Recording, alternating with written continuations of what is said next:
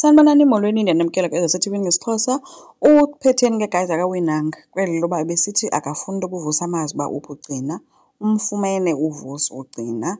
Ufikile kwi-restaurant abasebenza khona ugcina esithi ucela bathethe. Ethi asikho futhi nesidingo soba sebenze phayana. Futhi umbiza ngesithandwa sakhe. Isithandwa sami asikho isidingo sokusebenza apha ndikhona. Ugcina uthi zange undilwele hlukana nami. Wahluleka ukuba indoda, wahluleka ukungiseva. Uvusi-ke uye wahlala phansi wathi ke okay ke ndicela undiseve njenge-customer ke.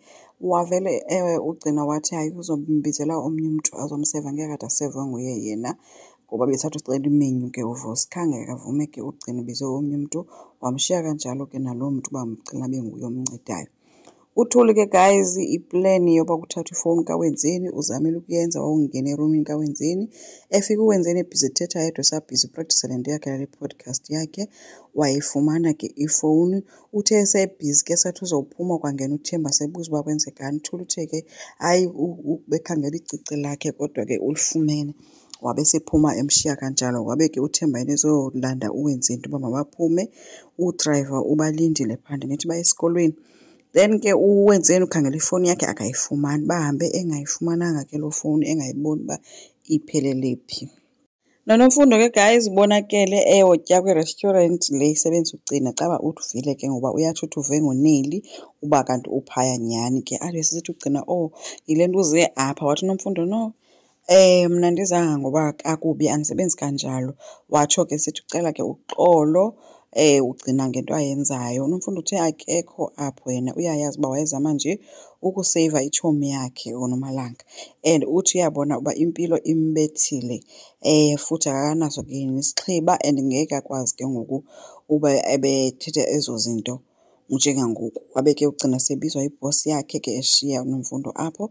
Uthe xa efika ke ubhosi besemncoma ke into yoba akekho umsebenzi wasebenza kakuhle kangaka noqala ukhe afumane isincomo esifana nesi njengaye. Wabe semnikeza ke i-envelope esithi le yitip oyifumene kuvusi Dlamini ye-10,000 rand. Yho capha ukugcina wathi andiyifuni ungayithatha uyayifuna umshiye eme apho ke ubhosi engazi noba makathini.